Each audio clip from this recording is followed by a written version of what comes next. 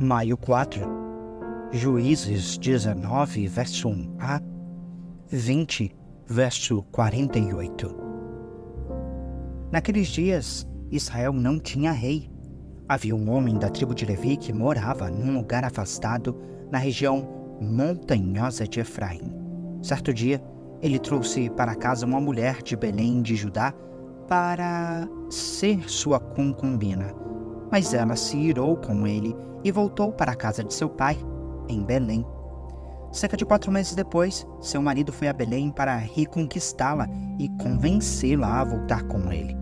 Levou consigo um servo e 2 jumentos. Quando ele chegou, a mulher o levou até o seu pai, que o recebeu com alegria. O sogro insistiu para que ficasse algum tempo, e ele permaneceu ali 3 dias, comendo, bebendo e dormindo. No 4º dia, levantaram-se cedo e ele estava pronto para partir. Mas o pai da mulher disse ao seu genro: "Coma alguma coisa antes de sair." Os 2 se sentaram, comeram e beberam. Então o pai da mulher disse: "Por favor, fique mais uma noite e alegre seu coração." O homem se levantou para partir, mas o sogro continuou a insistir para que ele ficasse. Por fim, ele cedeu e passou mais uma noite ali. Na manhã do 5º dia, ele se levantou cedo e estava pronto para partir. E outra vez o pai da mulher disse: "Coma alguma coisa, deixe para sair à tarde." Assim, fizeram mais uma refeição juntos. Mais tarde, quando o homem, a concubina e o servo se prepararam para partir, o sogro disse: "Já está escurecendo. Passe a noite aqui e alegre seu coração. Amanhã você pode levantar cedo e partir." Dessa vez, porém, o homem estava decidido a partir. Rumou para Jebus, isto é, Jerusalém, levando consigo os jumentos com suas selas e a concubina. Chegaram perto de Jebus quase no final do dia, e o servo disse ao homem: "Vamos parar nessa cidade dos Jebuseus e passar a noite aqui." Seu senhor respondeu: "Não podemos ficar numa cidade estrangeira que não pertence aos israelitas. Vamos prosseguir até Gibeá.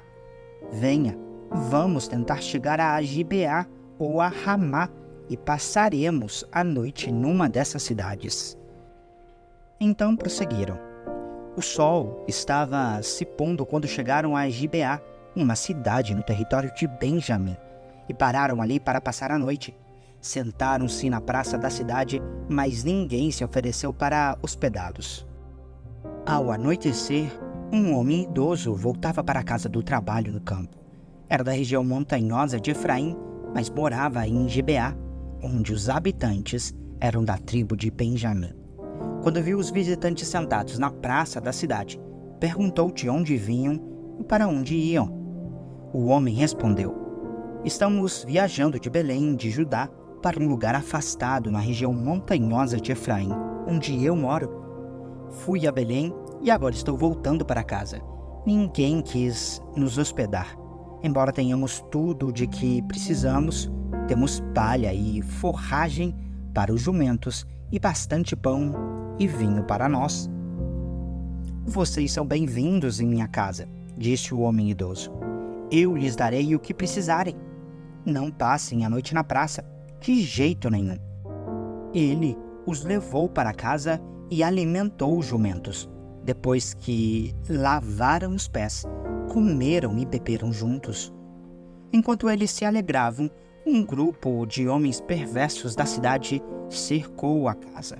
Começaram a bater na porta e gritar para o velho, o dono da casa: "Traga para fora o homem que está hospedado com você, para que tenhamos relações com ele."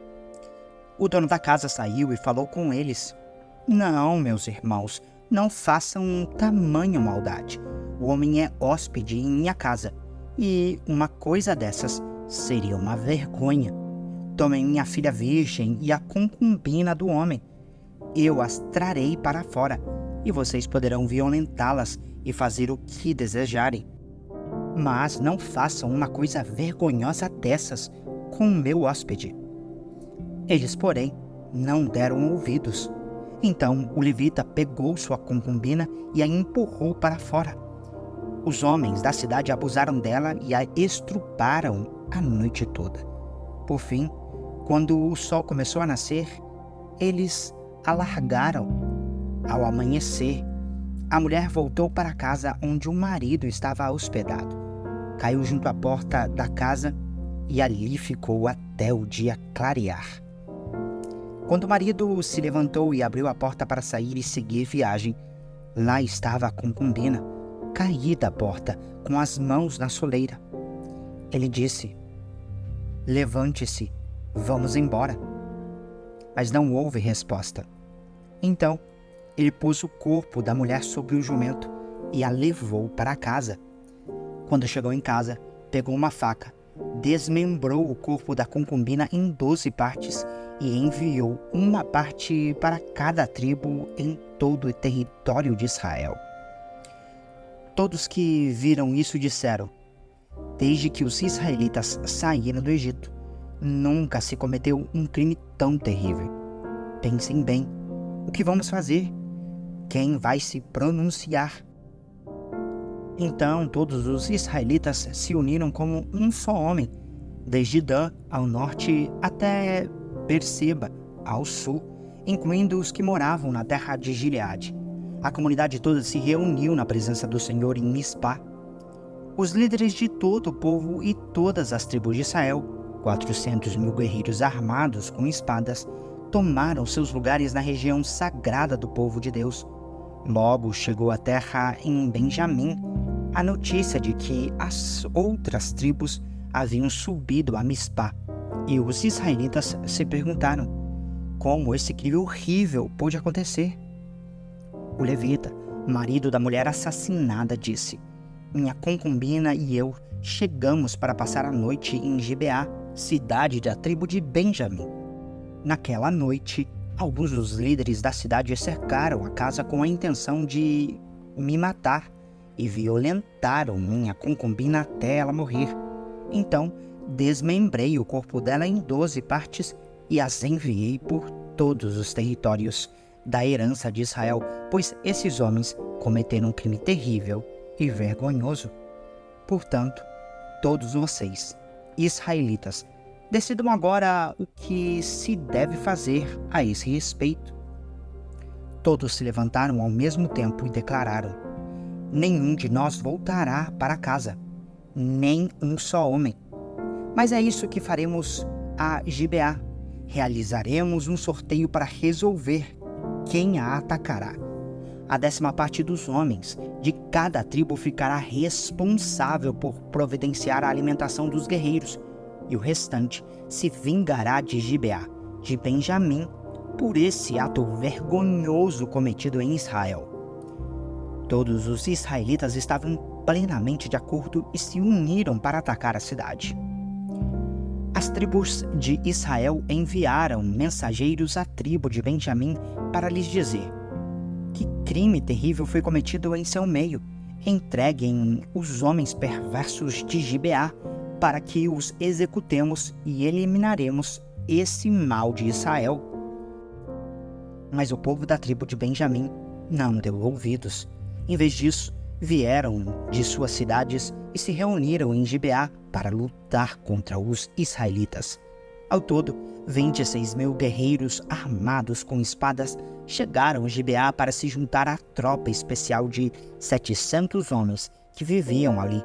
Dentre todos esses guerreiros, havia um grupo de 700 canhotos, e cada um deles conseguia atirar uma pedra com uma funda e acertar um fio de cabelo com precisão. Sem os guerreiros de Benjamim, Israel tinha 400.000 soldados hábeis no uso da espada. Antes da batalha, os israelitas foram a Betel e perguntaram a Deus qual das tribos deve ir primeiro e atacar o povo de Benjamim. O Senhor respondeu: "Judá irá primeiro." Na manhã seguinte, os israelitas partiram bem cedo e acamparam perto de Gibeá. Então avançaram em direção a Gibeá para atacar os homens de Benjamim. Os guerreiros de Benjamim que estavam defendendo a cidade saíram e mataram 22.000 israelitas no campo de batalha naquele dia. Mas os israelitas animaram uns aos outros e, mais uma vez, assumiram suas posições no mesmo lugar do dia anterior. Eles tinham subido a Betel e, chorando na presença do Senhor até a tarde, haviam perguntado ao Senhor: devemos lutar novamente contra nossos parentes de Benjamim? E o Senhor tinha dito: saiam e lutem contra eles. Saíram no dia seguinte para lutar novamente contra os homens de Benjamim, mas os homens de Benjamim que haviam partido de Gibeá mataram mais 18.000 israelitas, todos hábeis no uso da espada. Então todos os israelitas subiram a Betel, chorando na presença do Senhor, e jejuaram até a tarde. Também apresentaram ao Senhor holocaustos e ofertas de paz.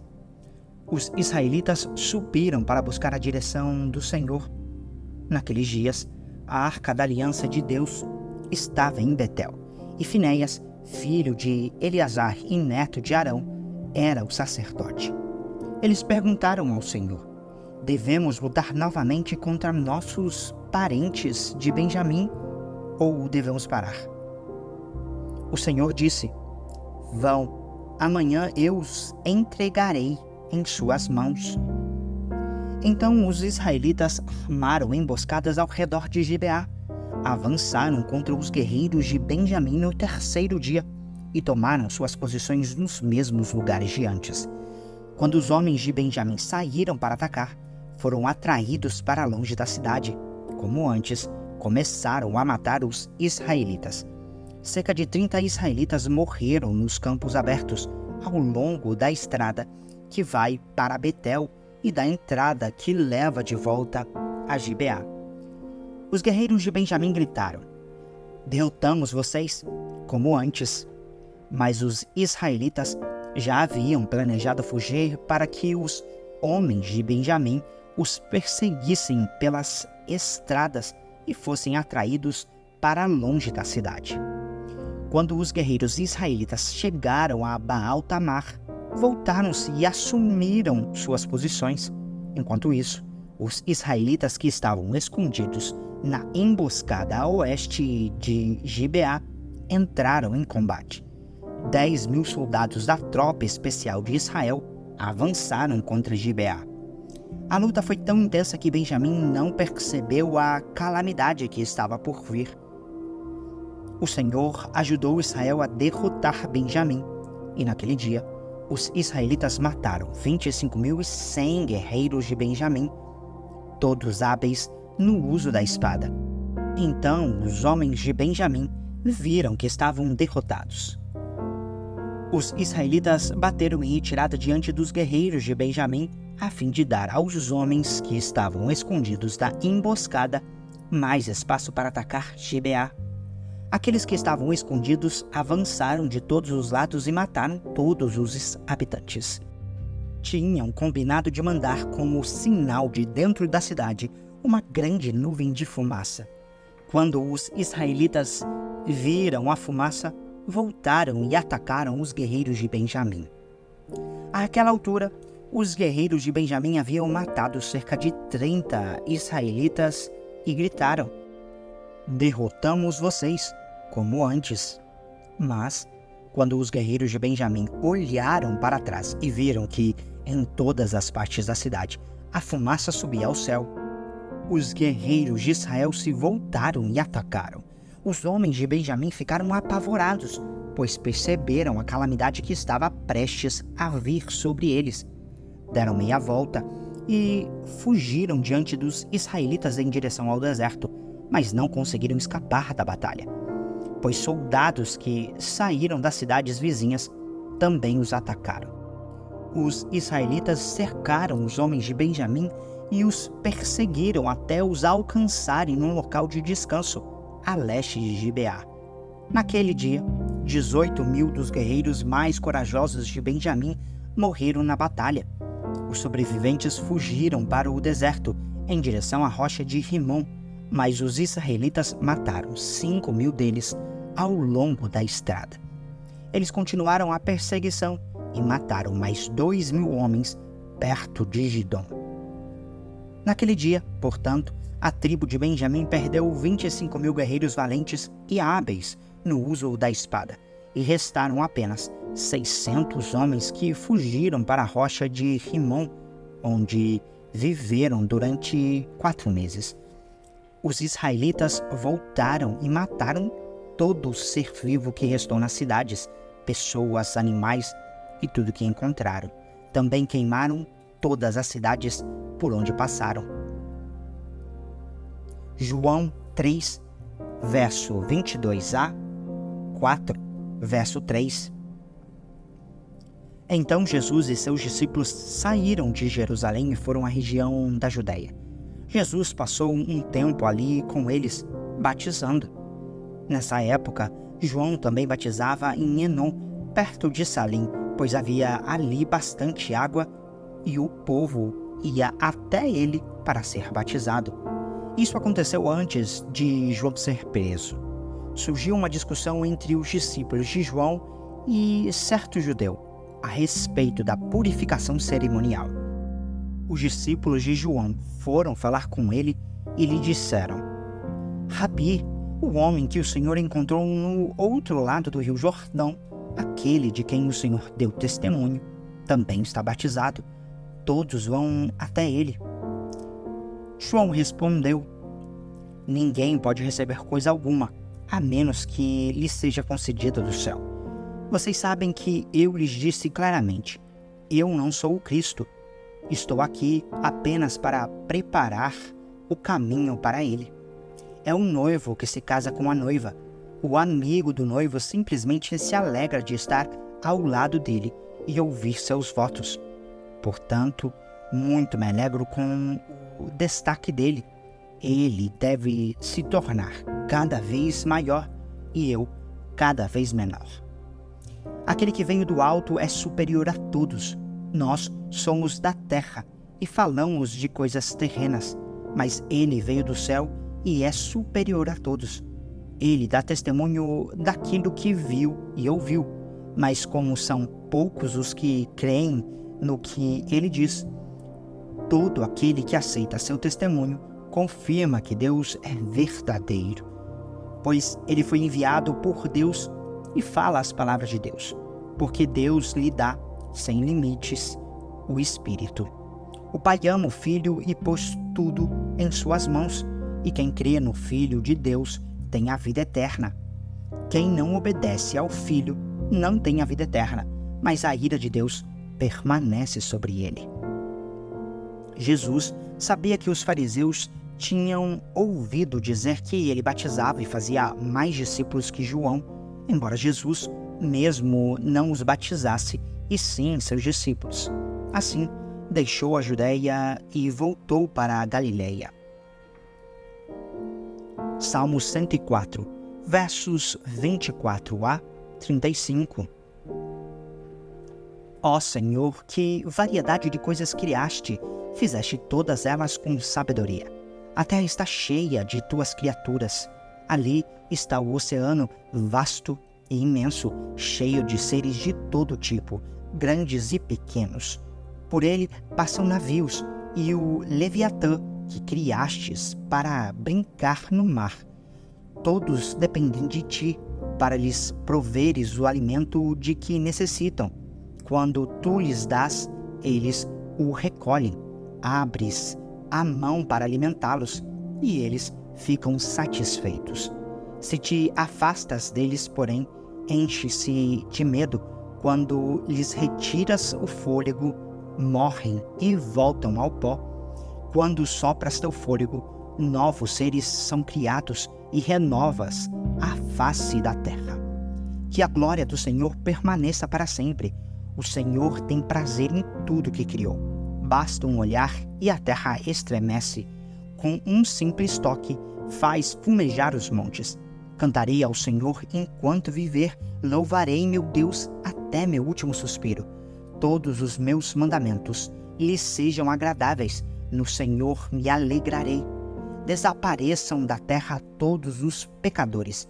Deixem de existir para sempre os perversos. Todo o meu ser louvem o Senhor. Louvado seja o Senhor. Provérbios 14, versos 22 a 24. Os que tramam fazer o mal se perdem, mas os que planejam fazer o bem encontram amor e fidelidade. O trabalho árduo produz lucro, mas a conversa fiada leva à pobreza. A riqueza é coroa para os sábios, mas a insensatez dos tolos só resulta em mais insensatez.